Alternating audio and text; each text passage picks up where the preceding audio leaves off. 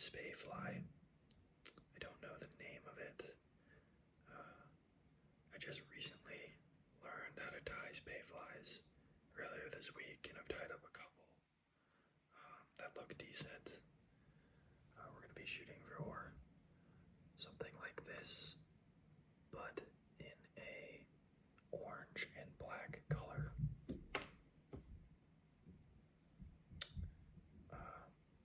It uses only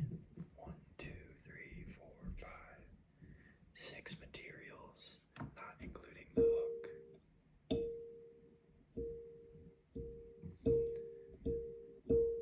Or the thread.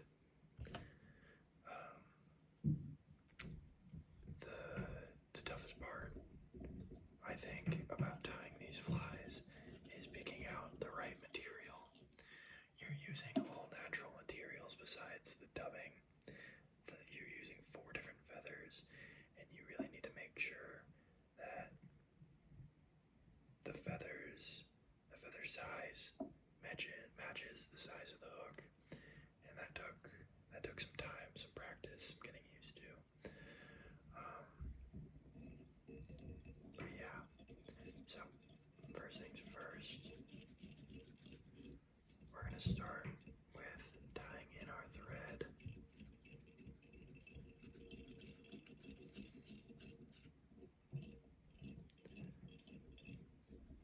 All the way to the back.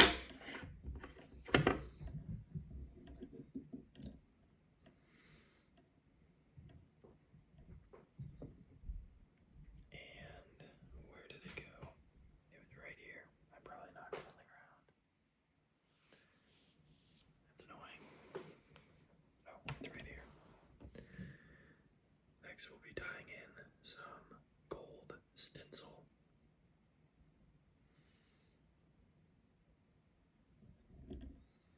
Or tinsel, sorry, not stencil.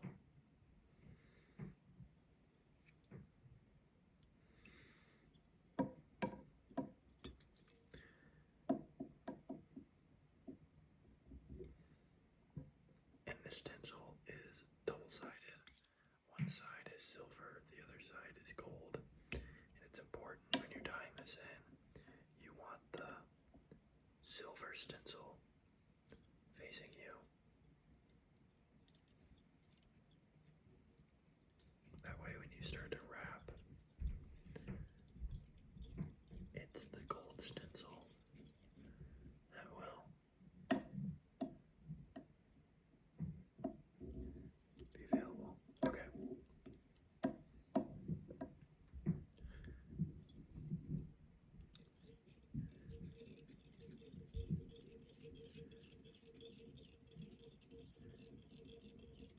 And we tied in this stencil just behind the tip of the hook. And now I'm just covering up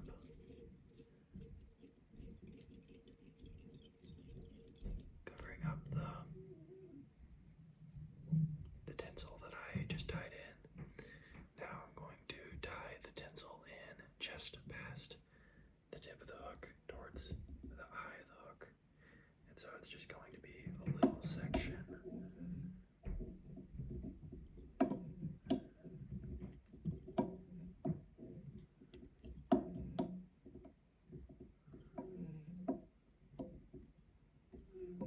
And one more. Perfect. And bring our thread back. And then we're going to tie it in like that, keeping pressure while we're working on tying it in. A couple wraps forward. And there we go.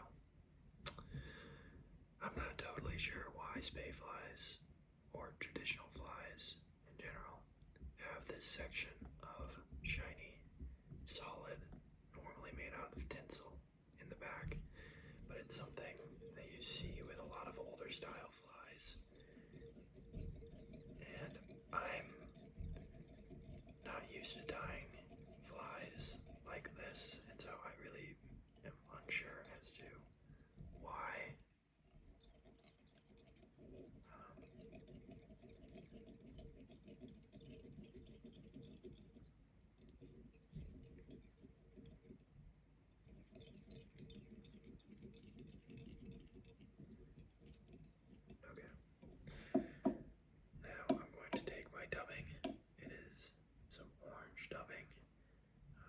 it's super fine, normally made for dry flies.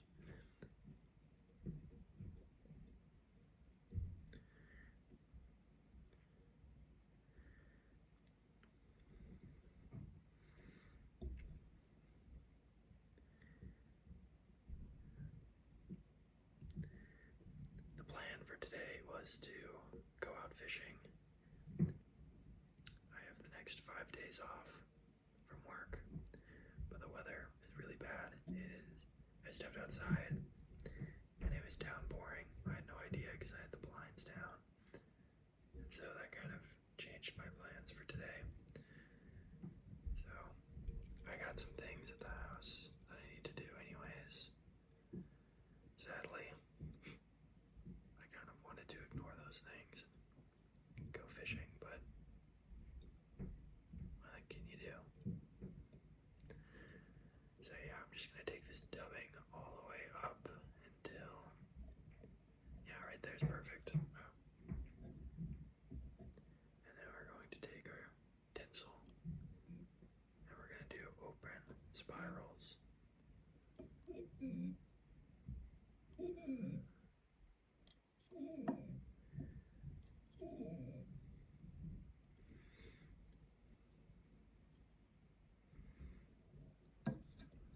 Just like that.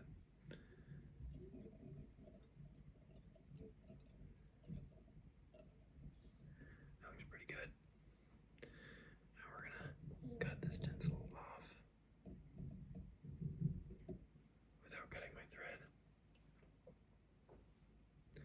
And now we're going to take our marabou feather that I have already cleaned the bottom fibers off of, and this is going to be wrapped around the shank.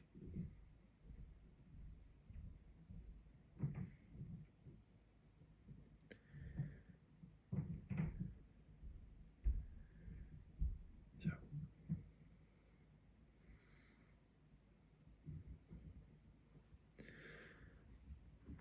just going to cut a little bit of this top part.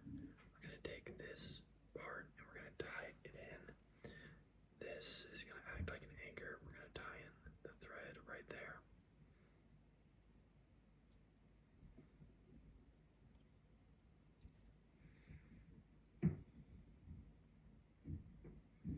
Just going to catch it with a very loose wrap.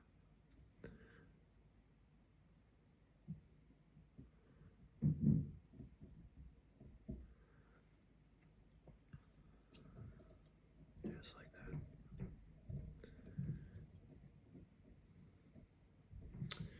Now we are going to take our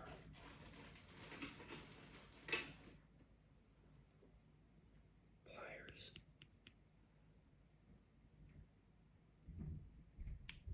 attach it onto the end, and we're just going to do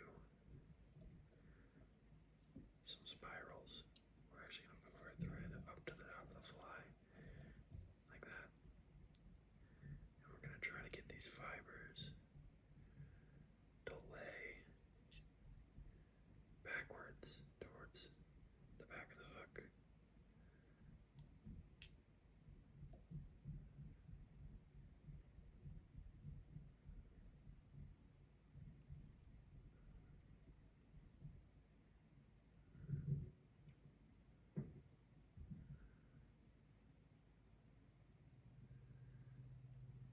This is a really delicate process. These feathers are delicate. The wraps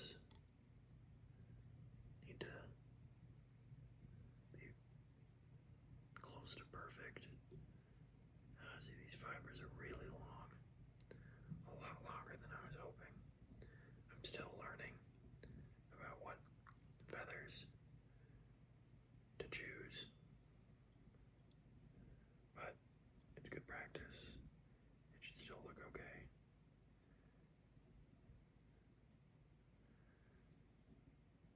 Now I'm just pulling everything back, so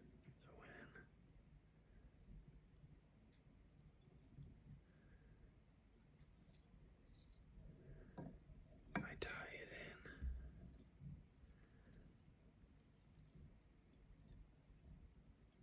catching anything going forward. I'm catching everything going back like that.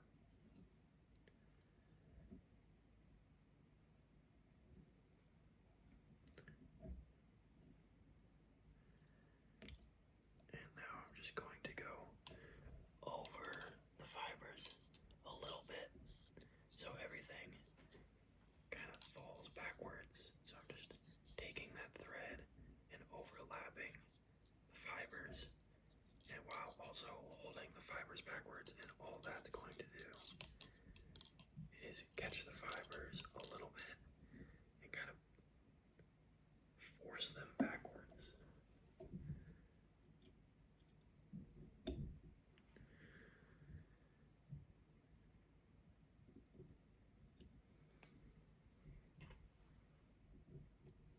That looks pretty good. I'm just going to go backwards a little bit more. That's great.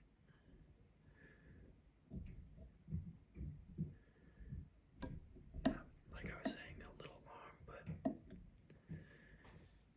that's okay. So now I'm going to take my mallard flank and I'm going to tie it in the same way I tied in the marabou.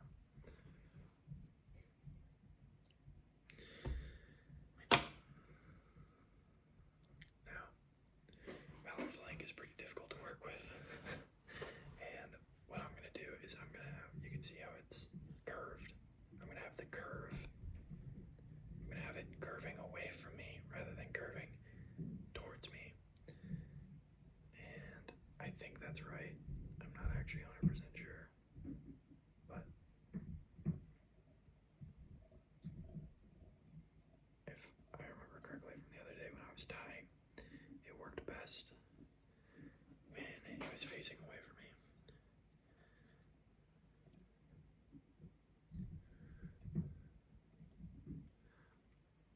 So same thing. Take my hackle pliers.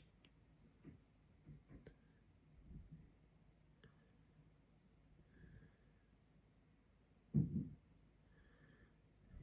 gonna catch it.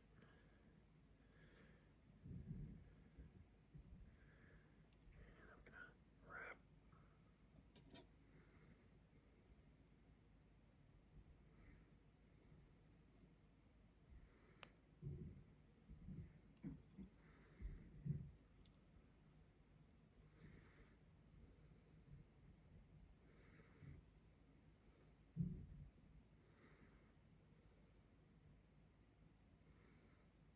Everything backwards.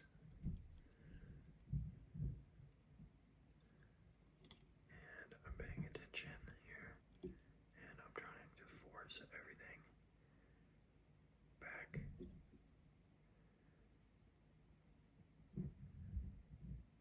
Which can be difficult.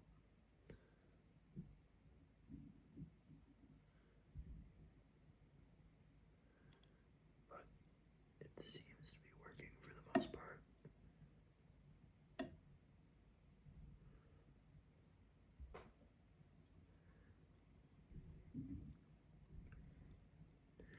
These mallard flanks are nice because they add, they're a little bit more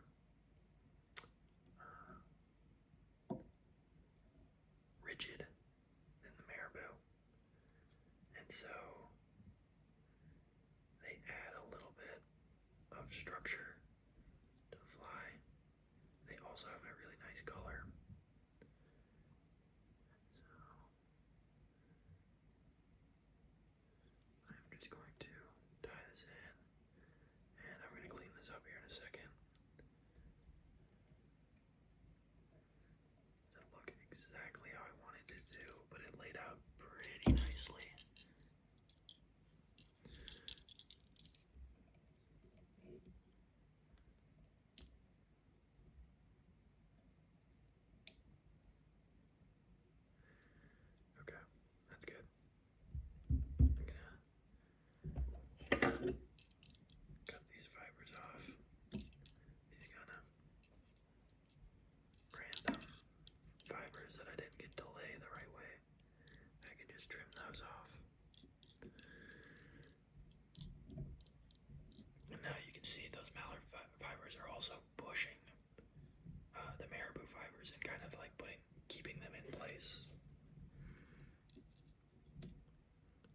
that's another reason. The mallard flank is nice. The barbels of the feather are just, yeah, a little bit stronger. I guess not stronger, but a little bit more stiff. So now I'm going to use this partridge feather.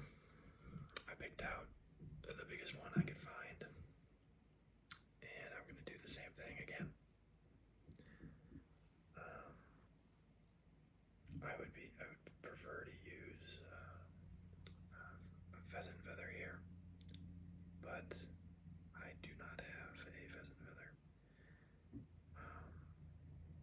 I have an entire pheasant back at my house, back home where my parents live, but I do not have one with me.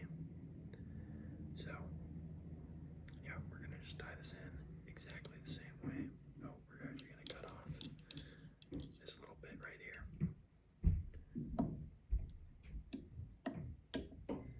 Just like that. Spey flies are typically fished on a Spey rod, which I do not have.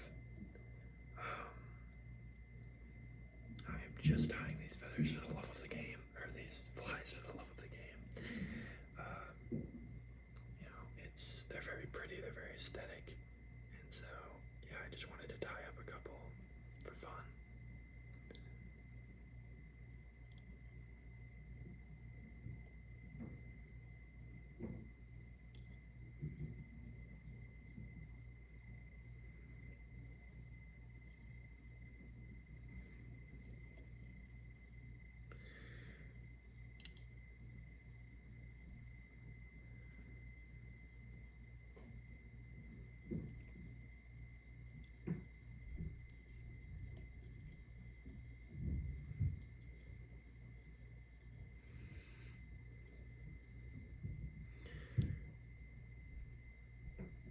So these partridge feathers the fibers are quite a bit shorter than the marabou or the mallard flank.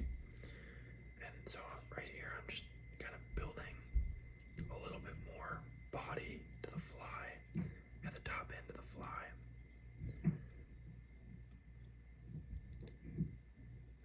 I want the marabou feathers to extend beyond the mallard flanks to extend beyond the partridge, and that's just adding more material to the front of the fly, which will give it a nice kind of tapered look in the water. It'll kind of look like a teardrop, with the thickest part of the drop facing upstream as you fish it. Typically, you fish spey flies upstream, you cast 45 degrees downstream, and then you swing it across the river, and the current is pushing against the fly in this direction, like that. And so when the water is on the fly, it's pushed like this, and a spey fly will imitate a bait fish. It doesn't look like a bait fish now, but once you put it in the water changes what it looks like quite a bit. So now I'm going to take the final piece, which is a saddle hackle, a black saddle hackle.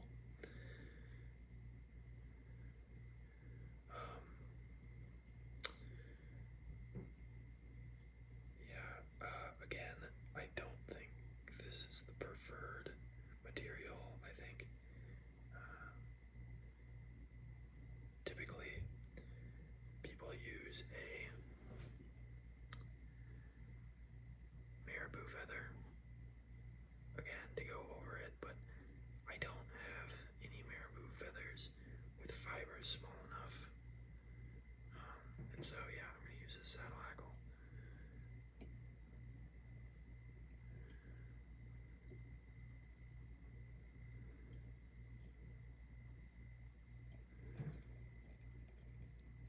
Which looks pretty nice too.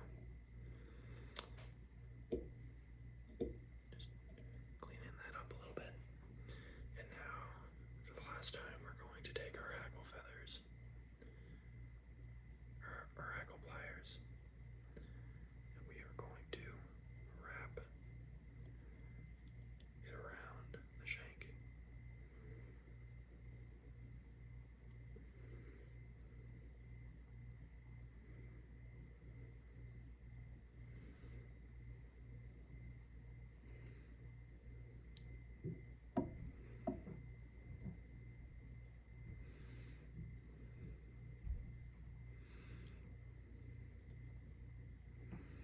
I'm still pushing as much material backwards as I can.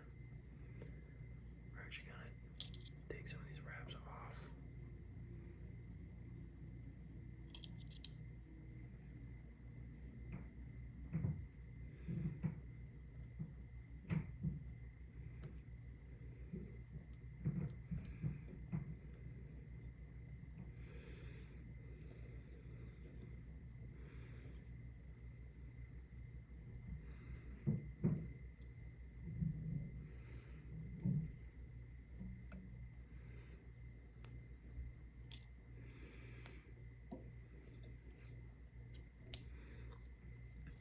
And finally, tie in the last material.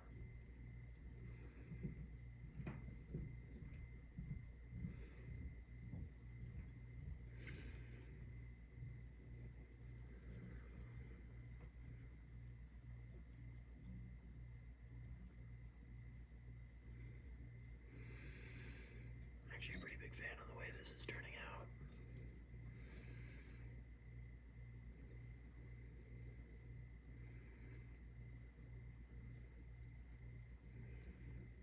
Boom.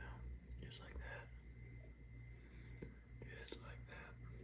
Now that should just pop off easy peasy. And we got ourselves a nice looking spey fly. The profile is a little big for the size of the hook that I'm using. Yeah, I could have made it smaller by using a smaller marabou fiber at the very beginning, but I think overall it looks pretty good. Okay, now we're just going to put our finishing touches on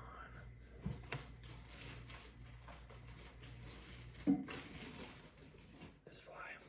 We are going to take our whip finish and we are just going to whip finish at the head of the fly.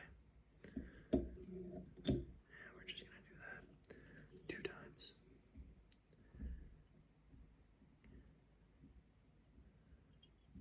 And we're going to take our scissors, cut our thread, just like that. And we are going to take our UV resin. Oops.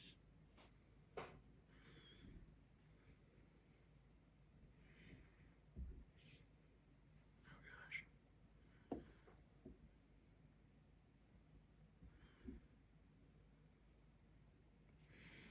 Going to take our UV resin.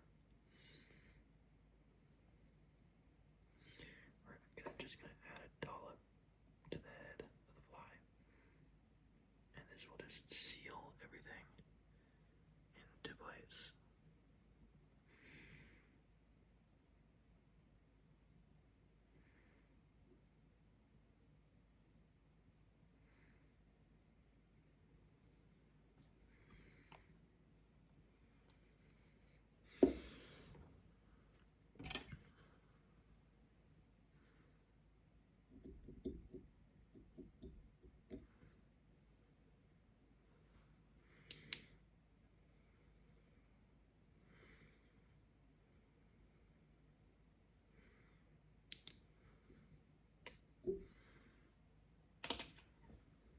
And there you have it.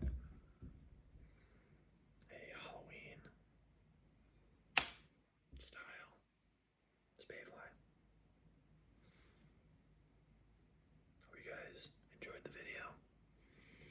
Let me know if you guys tie spey flies and have any tricks for me. Like I said, I'm new to this, and also maybe